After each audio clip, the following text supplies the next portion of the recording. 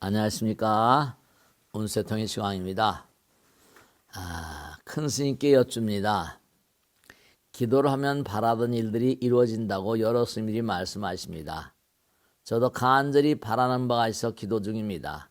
그러나 항상 나의 기도가 정말로 이루어질지 반신반의입니다. 네, 누구나 마찬가지입니다.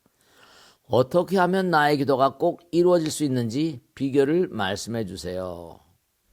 비결. 네.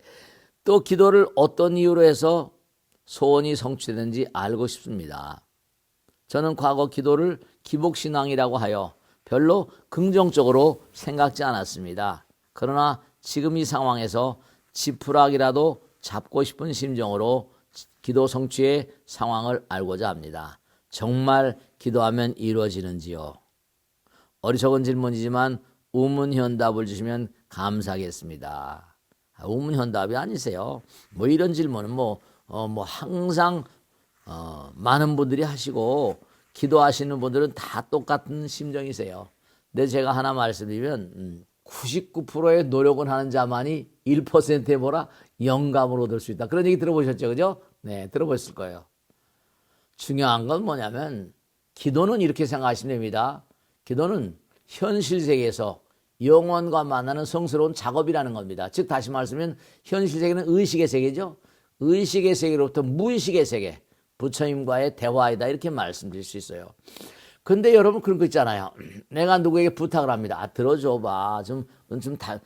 내 부탁을 들어줘. 이런다 칩시다. 그러면 부탁을 받은 사람이 다 들어주겠습니까? 안 들어주겠습니까? 자신도 평상시에 내 말도 잘 안 듣고 그러더니 무슨 지금 급하니까 와서 그러냐?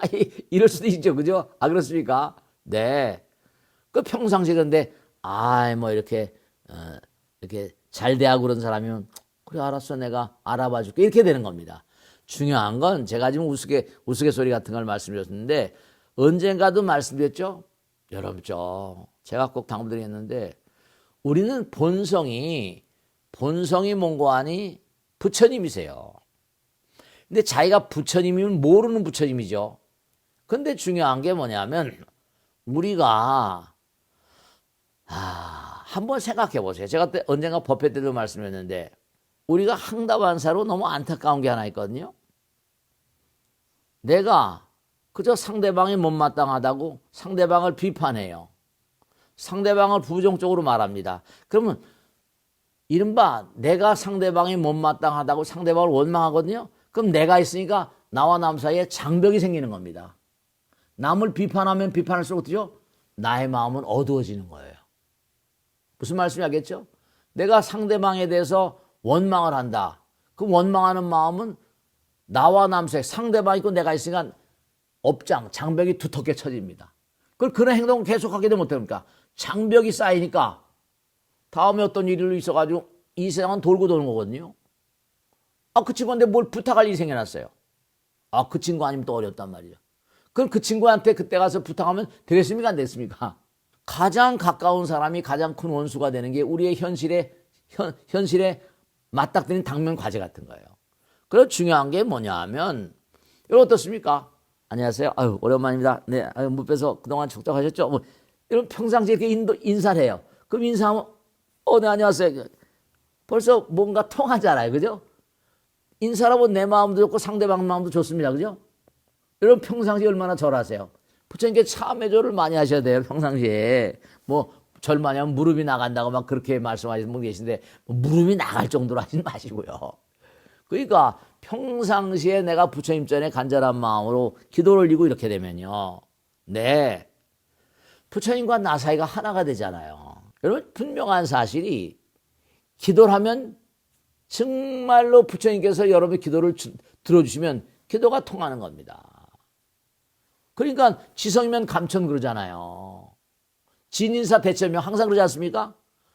몸과 마음을 다해서 내가 정말 간절한 마음으로 기도를 하고 평상시에 얼마나 부처님 말씀을 내가 잘 듣고 살았는가, 부처님 말씀을 잘 실천하고 순종하는가. 그 부처님 말씀을 잘 들으면, 예를 들어보세요. 엄마 아버지 말씀 잘 듣고 공부를 열심히 합니다. 성적을 좋게 맞았어요. 그러면 엄마 아버지가 뭐랄까? 야, 너 뭐 먹고 싶은 거 없니? 너 가지고 싶은 거 없냐? 그래 안 그래요? 그렇습니다. 근데 아, 이 녀석 공부도 안 하고 말이죠. 엄마 나 이거 필요해. 아빠 나 이거 필요해. 그럼 어떡합니까? 자식 공부도 못하는 게 이래버립니다. 그러니까 중요한 건 바라던 일들이 이루어진다. 바라는 일이 이루어지는 분들이 아주 많이 계시고요. 바라는 일이 잘 안 이루어지신 분도 굉장히 많으세요. 왜 그럴까요? 그래서 평상심이 돌아오는 겁니다. 옛날에 그런 말이죠. 있을 때 잘해. 있을 때 잘해. 네, 그런 게 다 있습니다. 그러니까 제가 언젠가도 유튜브 때 말씀드렸죠. 뭐냐면 우리의 몸과 마음 가운데 이상한 존재가 있어요. 나를 언제 어떤 상황이든 졸졸졸 항상 쫓아다닙니다. 왜 쫓아다닐까요? 나의 모든 걸 다 찍어대고 있거든요. 다 녹음을 합니다. 지금도 부처님께서 나를 지켜보고 계세요. 부처님께서 지금 제가 한번 드린 말씀을 다 녹음을 하고 계시단 말이에요. 그러니까 여러분이 이걸 멈추고 뛸 수가 없어요. 그러니까 평상시에 얼마나 부처님을 순종하는 마음으로 부처님 말씀 따라 살아왔는가? 아니했는가? 그걸 부처님께서 다 아시겠어요? 모르시겠어요? 얼마나 부처님 나라의 모범 학생인가? 얼마나 부처님 말씀을 잘 따르고 살든 정말 어떤 표본적인 어떤 불자인가? 이게 다 나와 있어요. 이걸 잊지 마세요. 부처님이 다 아세요. 다 찍어내고 다 녹음하고 있다니까요. 저도 말씀이죠. 매일매일 기도하고 삽니다. 기도가 다른 분들은 모르시겠지만 저는 기도가 업이잖아요. 업이잖아요. 기도하라고 악을 쓰고 말씀이죠. 그러니까 제가 꼭 당부드리겠는데 오늘 기도가 이루어지는 방법을 말씀드렸는데 모르겠습니다. 이걸 또 얼마나 잘 지킬지 모르겠는데 첫째로 지금 말씀드린 대로 나의 내부를 어떤 날 법회 때도 말씀드렸는데 나의 내부를 잘 단속하세요. 마음이 모든 것의 근본이기 때문에 유명한 얘기 있잖아요. 부처님에 나오죠? 아함경에 마음은 모든 일의 근본이로다. 마음이 주인되어 뭘 시키다니. 마음 가운데 착한 일을 생각하면 그 말과 생각과 행동도 또한 그러하리라. 흡사모라 수레를 따르는 바퀴자국도 같이. 유명한 가르침 있지 않습니까? 그러니까 우선 내 마음 가운데 내 마음이 부처님의 사랑을 받을 수 있을 만한 마음인가 이거 생각해야 됩니다. 함부로 허투루 살면 안 돼요. 그러니까 내 마음이 얼마나 부처님의 사랑받을 수 있는 그런 마음 될 것인가 항상 궁구하고 사셔야 됩니다. 이 내부를 단속해야 돼요. 내부 단속 정말 잊지 마세요. 두 번째는 외부 단속입니다. 내가 만나는 사람, 우리 인간은 인간 관계를 하잖아요. 인간 관계를 잘 맺어야 됩니다. 그래야지만 나의 원조 군사가 필요하니까 내가 필요할 때는 군사들이 도움을 받아야 되잖아요. 그러니까 주변에 계신 분들에게 저 친구는 잘 될 거야. 이렇게 평을 받아야 됩니다. 저 친구는 뭐가 틀리면 잘 될 거야. 세상 만사가 다 그런 게 있거든요. 저렇게 열심히 산 사람은 잘 되는 베비야. 우리 선조들은 베비야 이러죠. 저렇게 못되고 보면 혼나는 베비야. 이리 베비야. 그러니까 두 번째로 중요한 건 항상 상대방을 잘 뭔가 모신다고 그러는 거야. 상대방을 잘 대해야 돼요. 상대방의 환영받는 사람이 돼야 됩니다. 그래서 내가 상대방에 많이 베풀고 뭔가 상대방을 도와주고 해야 될 거 아닙니까? 그게 공덕이 되는 거예요. 마음을 갈고 닦는 것도 공덕이고 그 다음에 항상 상대방에 베풀고 펼치는 것도 공덕입니다. 행 가운데 육바람인 행이라는 것도 있어요. 보시, 지계, 인욕, 정진선, 지혜. 이것도 참 중요한 거죠. 내부 단속과 더불어서 외부 단속. 잊지 마세요. 외부 단속을 잘해야 됩니다. 함부로 아무나 대하지 마세요. 큰일 납니다. 말 한마디도. 내 입에서 나온 말 한마디도 항상 점검하세요. 생각 하나, 상대방에 대한 생각 하나도 점검하셔야 됩니다. 행동까지 하나도 점검하세요. 세 번째로 중요한 게 뭐냐? 부처님께서 강조해서 말씀하셨습니다. 보이지 않는 세계에 대해서 항상 경건한 마음을 가지고 보이지 않는 세계를 마음에 품어야 됩니다. 보이지 않는 세계 대상 가운데 조상님 계시죠? 신장이 계시죠? 보살 부처님 계시잖아요. 그러니까 보이지 않는 세계 여기는 지금 무량한 존재들이 있고 그래서 항상 옛날 분들이 뭐라고 하니 하늘, 허공이 하늘이잖아요. 그러니까 항상 보이지 않는 세계에 우리 조상님이 계시다 항상 생각하시고 그분들께 예경하는 마음. 그래서 우리가 천도제를 지냅니다. 천도제. 그리고 신장님 보이지 않으시잖아요. 그죠? 신장기도, 신중기도. 화엄성중, 화엄성중. 보살불, 보살, 관세음보살, 지장보살 다 계시잖아요. 그죠? 네. 보살님께, 부처님께 다 기도하는 겁니다. 그러니까 그런 마음을 가지고 첫째는 뭐라? 나의 내부를 mon고하니 부처님 마음으로. 외부 사람들 대할 때 뭐라? 그들을 부처님으로 대하고. 허공을 정말 정성스러운 마음으로 모시는 자세가 필요해요. 이게 이제 이른바 말은 그러니까 하늘이 돋고 땅이 돋고 이렇게 되는 겁니다.